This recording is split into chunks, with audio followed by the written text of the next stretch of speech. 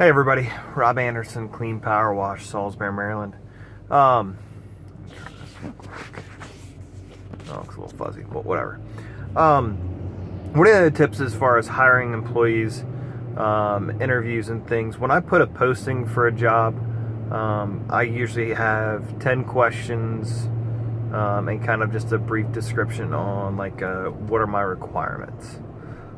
Those 10 things are basically your name, phone number, address, do you smoke?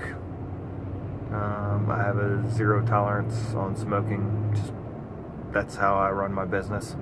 And then any relevant work experience, recent job, and favorite sports team. I think I'm missing one or two others, but and ladders. Ladders is a big question for me.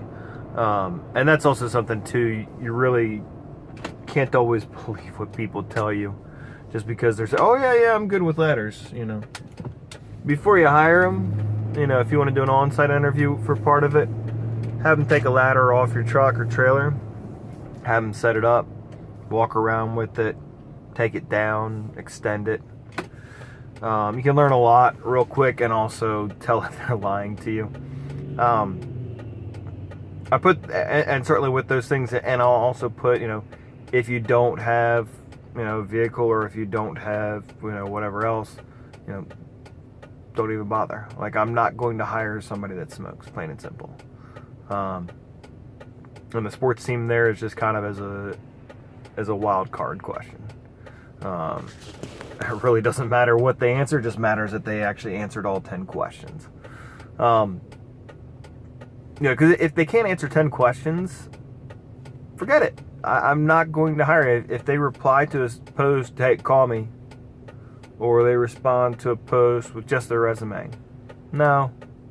Unless it's a stellar resume and they actually sound competent there, but that doesn't usually happen. The whole point of recruitment and interview and all that stuff is to weed out the people that are going to be a pain in your butt if you hire them. The other thing, and you'll hear this a lot, is to always be looking for new talent. Always be looking for people. And personally, I always try and hire so that I have at least 2 employees at all times. That way, no matter what happens, if one of the guys doesn't work out, I'm not starting back at square one. I want to have 2 trained people at all times.